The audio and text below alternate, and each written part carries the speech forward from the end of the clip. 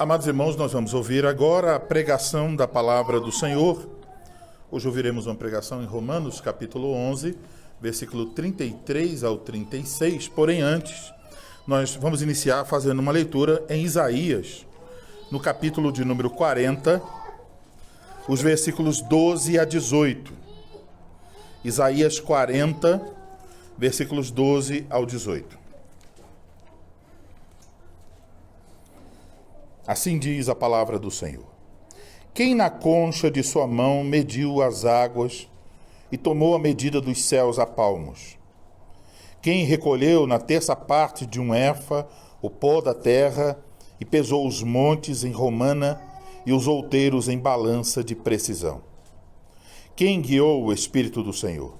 Ou como seu conselheiro o ensinou?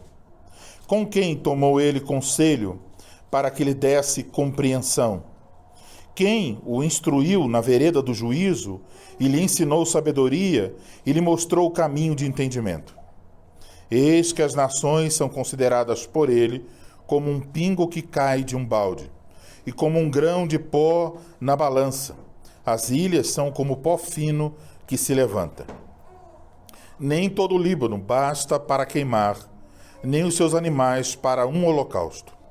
Todas as nações são perante ele como coisa que não é nada. Ele as considera menos do que nada, como um vácuo. Com quem comparareis a Deus? Ou que coisa semelhante confrontareis com ele? Agora vamos ao livro de Jó, capítulo 41.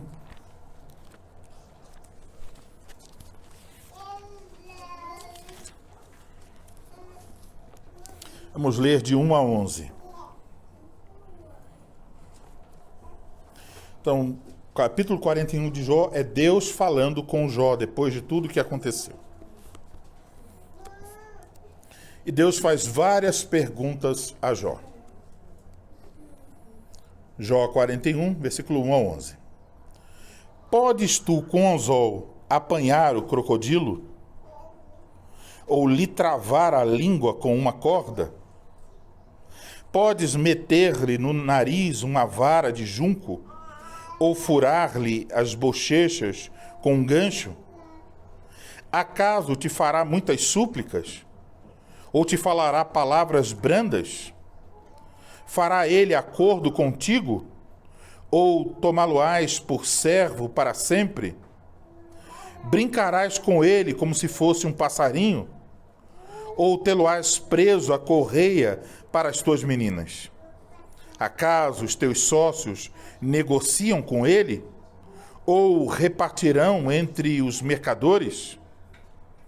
Encher-lhe-ás a pele de arpões? Ou a cabeça de farpas? Põe a mão sobre ele. Lembra-te da peleja e nunca mais o intentarás. Eis que a gente se engana em sua esperança. Acaso não será o homem derribado só em vê-lo? Ninguém há tão ousado que se atreva a despertá-lo. Quem é, pois, como aquele que pode erguer-se diante de mim? Quem primeiro me deu a mim, para que eu haja de retribuir-lhe? Pois o que está debaixo de todos os céus é meu. Agora vamos ler Romanos, capítulo 11. E vocês vão observar que as duas passagens lidas são mencionadas aqui no texto de Romanos 11. Versículo 33 ao 35, ao 36. Romanos 11, 33 ao 36. Ó profundidade da riqueza, tanto da sabedoria como do conhecimento de Deus! Quão insondáveis são os seus juízos, e quão inescrutáveis os seus caminhos! Quem, pois, conheceu a mente do Senhor? Ou quem foi o seu conselheiro? Ou quem primeiro deu a ele para que lhe venha a ser restituído?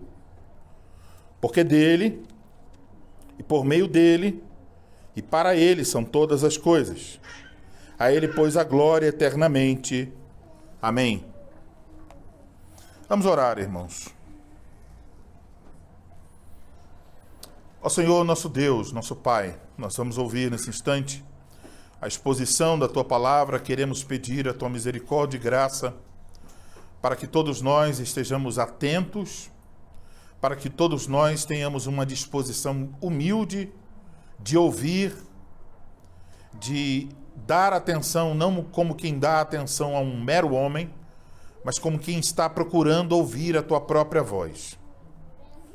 Dá que ouçamos, então, com a disposição de obedecer, que haja uma oração em cada coração. Fala, Senhor, que o Teu servo ouve. Concede Tua bênção àquele que haverá de falar, para que fale com fidelidade, para que fale no poder do Espírito Santo, com clareza, que busque a glória do Teu nome ao expor a Tua palavra. Nós oramos assim, em nome de Cristo. Amém. Amados irmãos, em nosso Senhor Jesus Cristo, sem dúvida, em nosso país, muitas pessoas não têm nenhum problema em dizer a seguinte frase: eu creio em Deus. Principalmente em nosso país, onde o número de evangélicos está crescendo a cada ano, sem dúvidas, Deus é mencionado constantemente.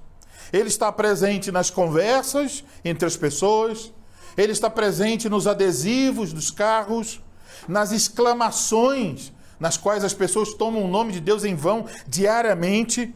Ele está estampado no nome de lojas e ele aparece em muitas músicas que pronunciam um amor contrário àquele que o Senhor Deus fala em sua palavra. De modo que a grande maioria das pessoas com quem nós convivemos não terá nenhum problema em dizer: eu creio em Deus. Mas a grande questão é a seguinte: quando a maior parte das pessoas que nos cercam confessam: eu creio em Deus, significa que elas creem em Deus tal como ele se revelou no Antigo e no Novo Testamento? Ou será que essas pessoas, quando dizem eu creio em Deus, elas creem num Deus que foi esculpido pela própria imaginação ou criado pelos falsos pregadores do Evangelho? Em resumo, um Deus que vive para atender a cobiça das pessoas egoístas. Um Deus que é legal, que só faz aquilo que a gente quer. Um Deus fácil de entender e, pior, um Deus fácil de manipular. Quando nós procuramos resposta para essas questões, podemos então perceber, por trás disso tudo, aquele antigo desejo humano de reduzir Deus à esfera humana. Isso continua em moda. No passado e ainda hoje, nas religiões, os homens criam deuses de pedra, de madeira, de gesso, e querem imaginar que podem ter algum tipo de controle sobre esses deuses. E no cristianismo moderno, em muitos casos, não é diferente. Os evangélicos criam uma imagem, não física, mas mental, na imaginação, uma imagem de Deus que não condiz com aquilo que a Escritura ensina. Na Escritura, Deus se revela, Deus se dá a conhecer aos homens, e o que lemos na Escritura sobre Deus é muito diferente do que muitas pessoas do cristianismo moderno têm dito. Como cristãos, nós igualmente confessamos: creio em Deus Pai, Todo-Poderoso, Criador dos céus e da terra. Mas essa confissão, ela não é uma confissão vazia. Essa confissão, eu creio em Deus, ela está carregada de significado. E o significado que aí está só pode vir de uma fonte. Não da nossa imaginação, não da imaginação popular, mas deve vir somente das Escrituras. O texto que nós lemos nessa tarde é um texto que nos ajuda a pensar sobre isso e a lembrar que nós não podemos reduzir Deus àquilo que nós imaginamos ou esperamos dele. Olhando então para Romanos 11, versículos 33 ao 36, logo nós podemos perceber no início do versículo 36 uma certa emoção do apóstolo Paulo, quando ele começa com a expressão, profundidade. E aí nós nos perguntamos qual o contexto dessas palavras tão emotivas do apóstolo Paulo. Por que ele escreveu essas palavras que temos aqui do 33 ao 36 do capítulo 11? Vejam, o apóstolo Paulo, inspirado pelo Espírito Santo, vinha desde o início da carta falando aos romanos sobre a obra maravilhosa da salvação providenciada por Deus por meio de Jesus Cristo, salvação tanto para os judeus quanto para os gentios. E nos primeiros 11 capítulos, ele falou e apresentou preciosas doutrinas. Nesses capítulos, Paulo falou sobre a doutrina da depravação total, todos os homens são culpados, todos os homens são pecadores.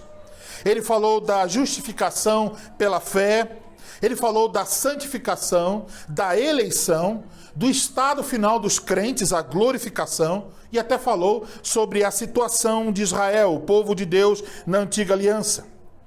E agora, no final do capítulo 11, o apóstolo Paulo está prestes a mostrar, a partir do capítulo 12, quais são as implicações práticas de todas aquelas doutrinas que ele ensinou nos primeiros 11 capítulos. Mas depois de falar tantas coisas maravilhosas em sua carta, de falar do plano de salvação em Cristo Jesus, antes de apresentar a aplicação de sua doutrina, Paulo, então, não tem outra coisa a fazer ao meditar sobre a salvação de Deus, senão glorificar a Deus. É exatamente o que nós temos aqui em Romanos capítulo 11, 33 a 36. Uma chamada doxologia, é uma expressão de louvor, um hino de adoração a Deus. Um hino de louvor a Deus por toda a salvação descrita nos primeiros 11 capítulos. Ele começou falando da grande miséria, capítulos 1, 2 e 3, e da grande salvação, capítulo 3 até o capítulo de número 11. Aqui então podemos parar e nos perguntar, porque observamos que Paulo segue um caminho que nós também deveríamos seguir. Ele está falando sobre a grandeza de Deus, ele está apresentando todo esse ensino sobre a grande obra da salvação, e isso leva Paulo à adoração. Para onde nossos estudos bíblicos e teológicos e as pregações que ouvimos deveriam nos levar? E a resposta é a mesma. Ao ver a grandeza de Deus revelada no Evangelho, nós deveríamos ser encorajados a adorar a Deus. Nossos corações deveriam se dobrar diante desse Deus tão maravilhoso. Se nós estudamos as Escrituras de modo sério, se nós ouvimos pregações bíblicas com atenção suficiente, com coração humilde, nós vamos ser confrontados com a grandeza de Deus e vamos também perceber a nossa miserabilidade. E quando isso acontece, não nos resta outra coisa a fazer senão nos rendermos perante a grandeza de Deus, nos rendermos diante do seu poder e da sua majestade. E aqui está o apóstolo Paulo experimentando exatamente isso. Paulo estava meditando sobre a grandeza de Deus. E ele mencionou essas coisas, ele qualifica tudo que ele está meditando como algo profundo. Lá no versículo 33, veja o que diz: ó profundidade.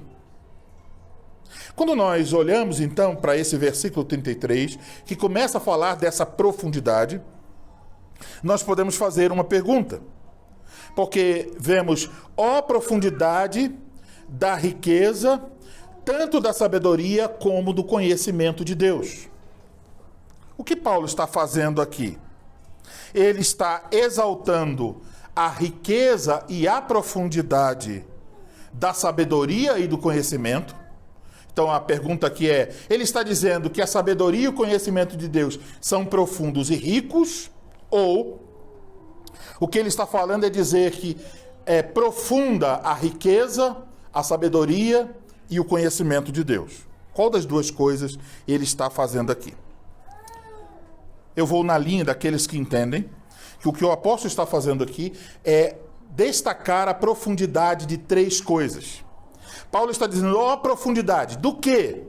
Ó profundidade das riquezas, ó profundidade da sabedoria, ó profundidade do conhecimento de Deus. Então devemos ver riquezas aqui como algo separado, assim como sabedoria e conhecimento. Paulo está, então, fazendo essa apresentação. As riquezas aqui são uma referência à sua misericórdia, as riquezas da graça, as riquezas da misericórdia de Deus. Paulo está, então, olhando para a salvação de judeus e gentios, sobre as quais ele falou nos 11 capítulos, e ele está agora reconhecendo que esta salvação que Deus providenciou para judeus e gentios procede das riquezas de Deus, procede das riquezas da misericórdia de Deus. E aqui então podemos lembrar de passagens onde nós lemos sobre as riquezas da sua misericórdia. Uma delas está no Salmo 5, versículo de número 7.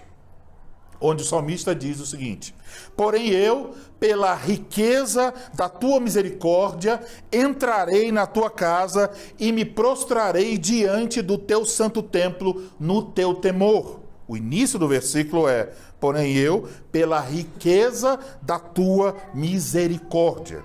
Outra passagem, agora no Novo Testamento, em outra carta de Paulo, em Efésios, carta aos Efésios, capítulo 2, versículos 4 a 5.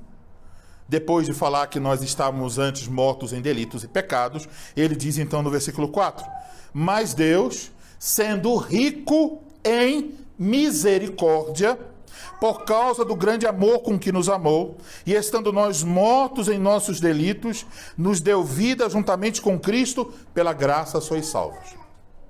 Nesses dois casos, há um vínculo. As riquezas são as riquezas da misericórdia de Deus.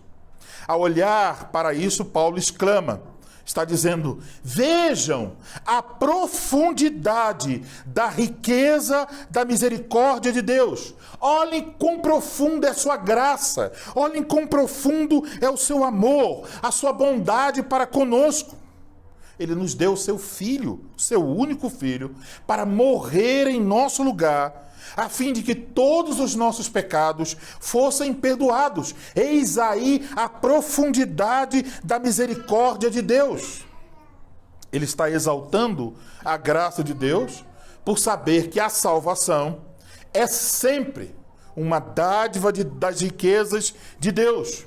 A salvação nunca é uma conquista humana, porque nós somos miseráveis. Aqui está então a verdadeira riqueza, a salvação que Deus dá por meio de Jesus Cristo. Essa riqueza da graça e da misericórdia de Deus é tão profunda que nós não podemos compreendê-la completamente. Não há como medir a profundidade desta riqueza. Ela é mais profunda que o mais profundo abismo. Mas aqui também lemos não só sobre esta riqueza da misericórdia de Deus que é profunda, mas lemos também sobre a sabedoria de Deus, que é a capacidade de Deus de escolher os melhores meios para a obtenção dos melhores fins. E mais uma vez, nós somos chamados a perceber a profundidade da sabedoria de Deus. Deus é perfeitamente sábio. Não existem erros nas decisões de Deus. Ele sempre escolhe os melhores fins. Ele sempre escolhe os melhores meios. Além disso, lemos também aqui sobre o conhecimento de Deus, que é a sua capacidade de conhecer as coisas como elas realmente são. Não meramente a aparência das coisas, mas a natureza das coisas. É o que na teologia chamamos de a onisciência de Deus. Deus conhece todas as coisas. Deus vê todas as coisas. Deus vê todos os corações. Deus sabe como tudo é realmente. E mais uma vez, somos levados a meditar sobre a profundidade deste conhecimento. Não há nada no passado, no presente e no futuro que Deus desconheça. Não há nada na terra, nem nada no céu que ele desconheça. Não há uma palavra, não há uma atitude, não há um pensamento que lhe seja desconhecido. Ele sabe quantos são os fios de cabelo de todas as cabeças de todos os seres humanos que já existiram e existirão na terra. Ele sabe os grãos de areia de todas as praias do mundo, quantos são. Ele sabe todo o número de todos os átomos de toda a criação.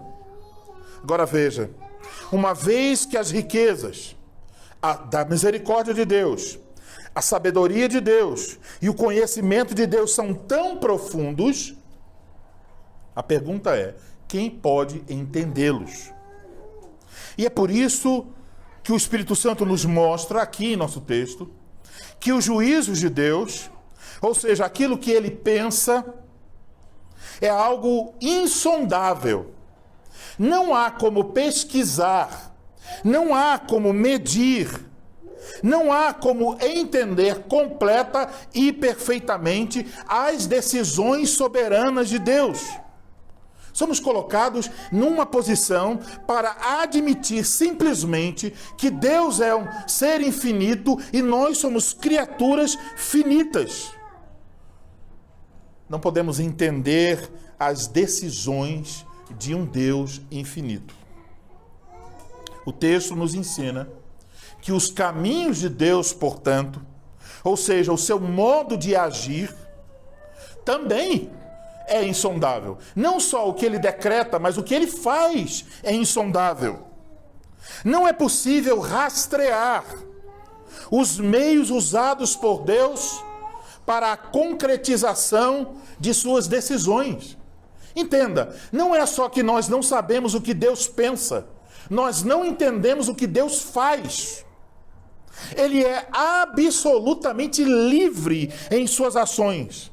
Ele não age dentro de uma caixinha de fósforo como nós imaginamos que ele deva agir. Ele não age conforme nós pensamos e até como nós queremos que ele faça. Ele age de acordo com os seus atributos perfeitos. Ele age de acordo com a sua santidade. Ele age de acordo com a sua justiça, de acordo com o seu amor, sua graça, sua sabedoria, seu conhecimento, mas não de acordo com a vontade humana. As ações de Deus são absolutamente soberanas, livres. Não há como influenciá-lo. Não há como fazer alguma coisa para levá-lo em determinada direção. Como lemos, se alguém pegasse toda a madeira do Líbano e todos os animais do Líbano para fazer um só holocausto, isto não seria suficiente.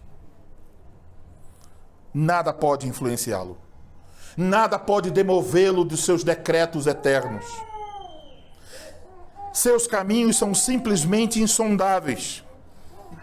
Portanto, tanto aquilo que Deus pensa, seus decretos, seus planos, como aquilo que ele faz, é impossível de ser sondado e pesquisado. São, de novo, profundos. Revelam a profundeza de sua riqueza, a sua misericórdia, que é rica, de sua sabedoria e de seu conhecimento. E isso de tal forma que é impossível sondar seus pensamentos e ações. Isso quer dizer, nenhum ser humano pode sentar no seu escritório e dizer: vou estudar a Bíblia, vou estudar teologia, vou pensar sobre esse assunto e vou entender Deus. Nenhum ser humano pode entender perfeita e completamente os pensamentos e as ações de Deus. Deus está acima do nosso alcance.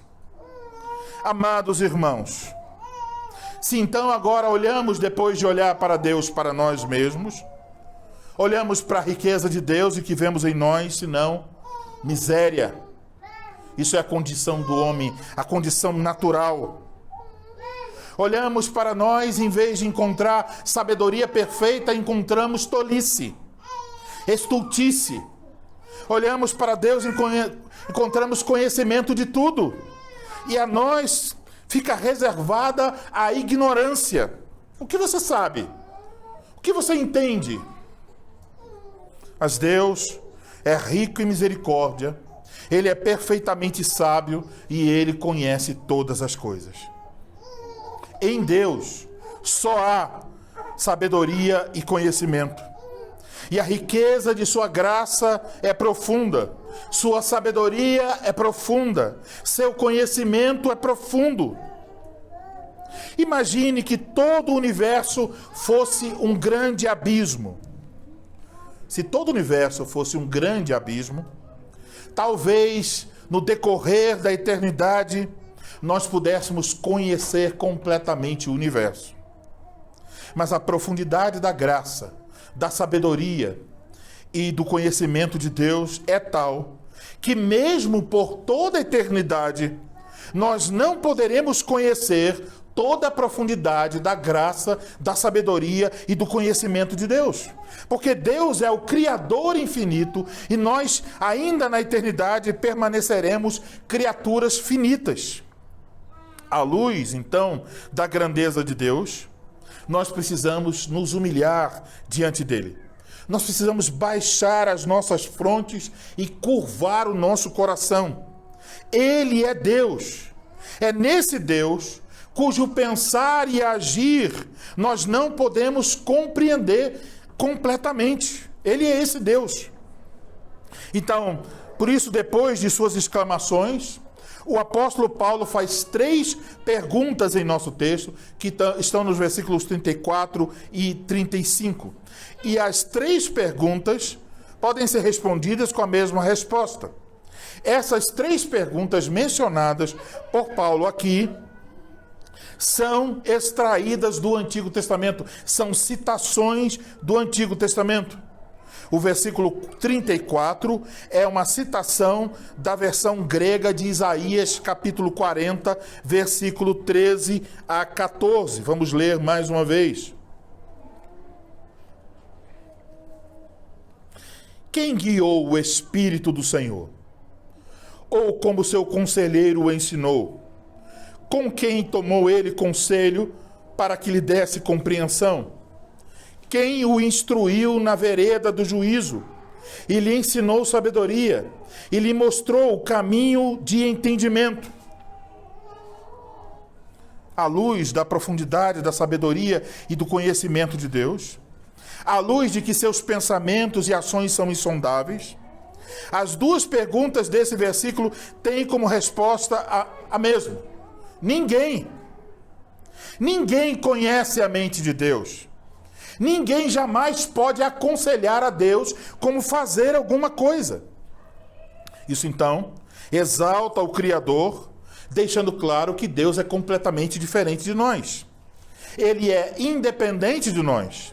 Ele está acima de nós. Nós não podemos conhecer a sua mente e efetivamente Paulo diz: ele não precisa do teu conselho. Nós somos lembrados, então, das palavras de Isaías 55, versículo de número 8. Veja aí. Isaías 55, versículo 8. Porque os meus pensamentos não são os vossos pensamentos, nem os vossos caminhos os meus caminhos, diz o Senhor. Versículo 9. Porque assim como os céus são mais altos do que a terra, assim são os meus caminhos mais altos do que os vossos caminhos, e os meus pensamentos mais altos do que os vossos pensamentos. Não conseguimos compreender a Deus e não podemos aconselhar a Deus. Mas no versículo 35 do nosso texto, em Romanos 11, surge mais uma pergunta. Então, tem duas perguntas no 34 que refletem as perguntas de Isaías 40. E agora, no versículo 35, tem uma pergunta que reflete Jó 41:11. Ou quem primeiro deu a ele para que lhe venha a ser restituído? Aqui fica claro que Deus não nos deve nada. Não há nada que nós possamos oferecer a Deus e coloque Deus numa posição de dizer: muito obrigado, a partir de agora eu fico te devendo fico devendo essa. Não há nada que coloque Deus como devedor a nós de alguma coisa. Então, se alguém recebe algo de Deus, não é porque recebeu, porque Deus lhe deve. Recebe por pura graça, não por méritos humanos. Nós não temos nada a oferecer a Deus. Não há nada que nós possamos fazer que coloque Deus em dívida. Isso mostra que para sermos salvos, só nos resta mesmo aceitar a oferta da graça. A razão por que Deus não nos deve nada, ela aparece no versículo 36. Em primeiro lugar, ele não nos deve nada, porque tudo é dele. Tudo pertence a ele. Ele é a origem, ele é a fonte de todas as coisas. São dele. Em segundo lugar, porque tudo existe por meio dele. Por que as coisas se mantêm? Porque o sol ocupa o seu lugar, porque as aves existem, os peixes, o mar, o universo inteiro. Porque Deus mantém tudo pela palavra do seu poder. E a terceira razão, porque para ele são todas as coisas. Deus é o Criador, Deus é o mantenedor, e ele é o alvo de todas as coisas. Todas as coisas existem para glorificar a Deus. Todas as coisas aqui incluem todas as coisas do universo, mas nesse contexto em particular, Paulo tem principalmente em mente aquelas coisas relacionadas à salvação, que foi o seu assunto nos capítulos de 1 a 11. Deus é a fonte da nossa salvação. Ela brota da profundidade das riquezas do seu amor gracioso. Deus é o realizador da nossa salvação. Por meio do seu Filho Jesus Cristo, nós somos salvos. Deus é o alvo da salvação. A salvação é para o louvor da sua glória, como diz Efésios 1. Ele é o princípio, ele é o meio e ele é o fim da nossa salvação. Por isso a Bíblia chama a Deus de o Alfa e o Ômega, primeira e a última letra. Portanto, é apropriado que o apóstolo Paulo, tendo terminado de apontar essas coisas, ele diga e conclua dizendo: a ele seja a glória para sempre. Amém. Diante então da profundidade das riquezas, da sabedoria e também do conhecimento de Deus, diante do fato de que ninguém pode entender completa e perfeitamente seus pensamentos e ações, diante do fato que ele não deve nada a ninguém, diante do fato de que ele é a fonte, o realizador e o alvo da salvação, só resta no final das contas dizer: a ele seja a glória para sempre. Amados irmãos, num mundo um mundo tão cheio, abarrotado, se nós pegássemos a internet que fosse uma roupa e nós espremesses essa roupa, e o caldo que viria daí seria apenas um caldo de podridão, falando em termos das mentiras sobre o evangelho que lá estão. Tantas pessoas falando sobre Jesus, abrindo Bíblia, cantando, falando sobre Deus, gritando o nome de Deus, mas tão longe dessas verdades preciosas que nós estamos vendo aqui. nesse mundo cheio de erros a respeito de Deus, nós precisamos estar certos a respeito daquilo que nós confessamos quando dizemos: creio em Deus Pai Todo-Poderoso. A verdadeira fé, ela não imagina um Deus que vai se adaptar ao nosso querer, ao nosso pensar. Então, a pessoa, eu quero que Deus faça isso, que Deus seja aquilo, e depois que ela imagina esse Deus, ela diz: eu creio em Deus. A verdadeira fé consiste em crer em Deus, tal como ele se revela no Antigo e no Novo Testamento. A verdadeira fé é reconhecer que Deus não é um Deus fácil de ser entendido. Não é um Deus que pensa como nós. Não é um Deus que age de uma maneira que nós podemos, de maneira lógica, rastrear cada um dos seus passos na nossa vida. A verdadeira fé é reconhecer e confiar no Deus Todo-Poderoso, cujos pensamentos, cujas ações nós não podemos entender completa e perfeitamente. O Deus a quem nós não podemos oferecer nenhum conselho e dizer: Senhor, seria melhor fazer assim do que assim. O Deus de quem nós não podemos exigir nenhuma coisa. Senhor, eu fui fiel esse ano de 2022, portanto, me dê tal e tal bênção. A verdadeira fé reconhece que, assim como todas as coisas que recebemos, a salvação também procede da riqueza da graça de Deus e se mantém por seu poder e visa a sua glória. Amados irmãos, então nós devemos vigiar os nossos lábios e o nosso coração. Vocês agora podem lembrar porque Paulo está citando Jó. Podem se lembrar da história de Jó, passando por muitas e muitas tribulações, enfrentando perdas terríveis. Toda a pergunta de Jó é: por que Deus está fazendo isso? Jó não pode entender o que Deus faz. Jó não pode andar pelos caminhos inescrutáveis do Senhor e dar conselhos a Deus. E no final das contas, é quase que cômico Deus dizendo com Jó: Jó, vamos falar sobre o crocodilo. O que você sabe sobre o crocodilo? Você pode fazer isso, isso e isso com o crocodilo? É como se Deus estivesse dizendo a Jó: Jó, você não entende nem de crocodilos e você quer entender os meus caminhos, Jó. Quem é você, Jó? Você é tão pequenininho que nem entende as coisas que eu criei. Como você vai entender o próprio Criador, Jó? E ao olhar para isso, devemos reconhecer aquilo que a Escritura nos fala: cale-se diante dele toda a terra. E quando percebemos isso, percebemos a tolice da pregação que exalta o homem. A tolice que olha para a miséria do pecador e diz: olha, que riqueza! O Evangelho é a proclamação de que esse Deus Todo-Poderoso, que do nada criou os céus e a terra, o Pai de nosso Senhor Jesus Cristo, é o nosso Deus. Então nós podemos descansar, certos de que, apesar de não entendermos os caminhos de Deus, efetivamente eles são os melhores caminhos. Talvez você possa olhar para algumas coisas que aconteceram a você em 2022.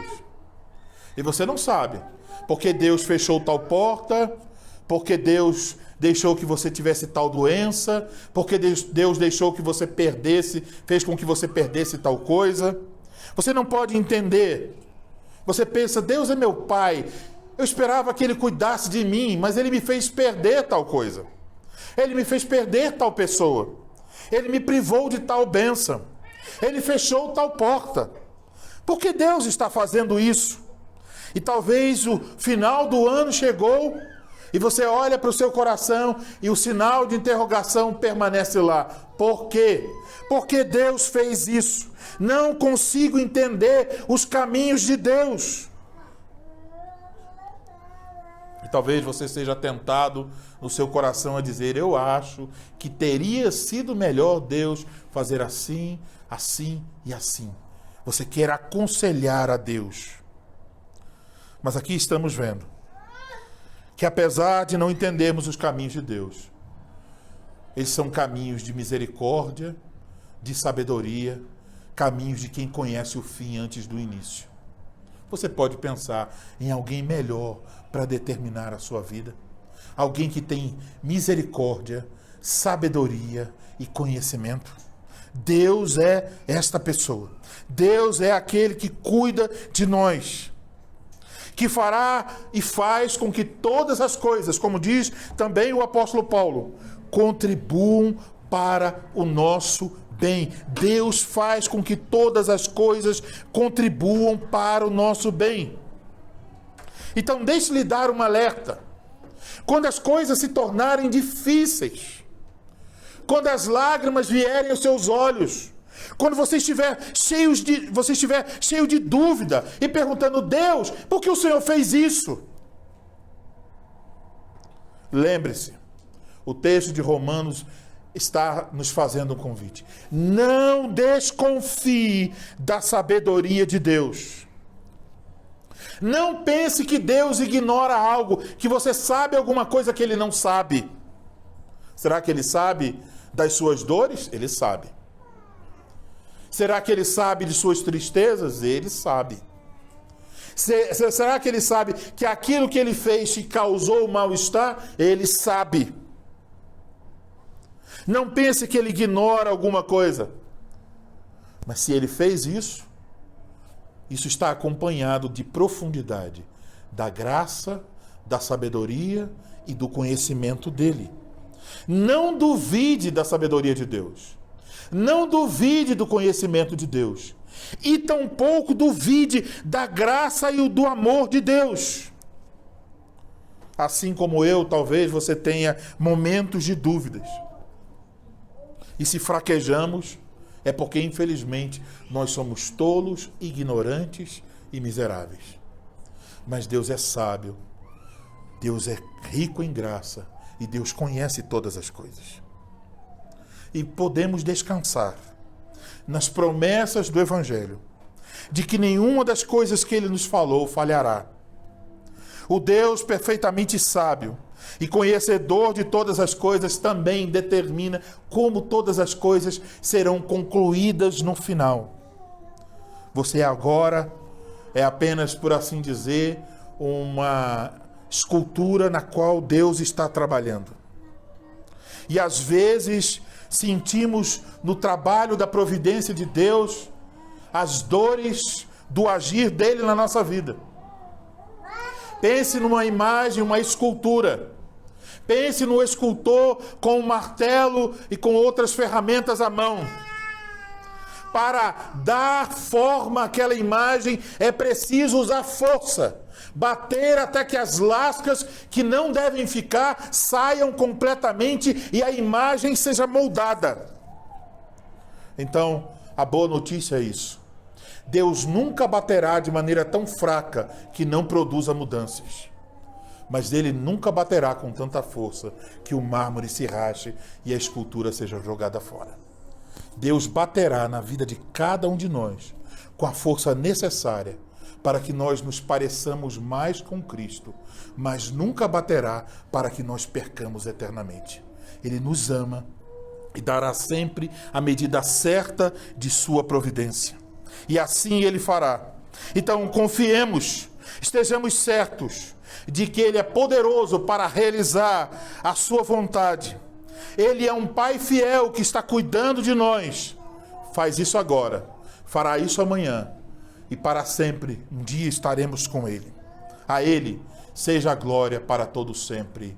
Amém.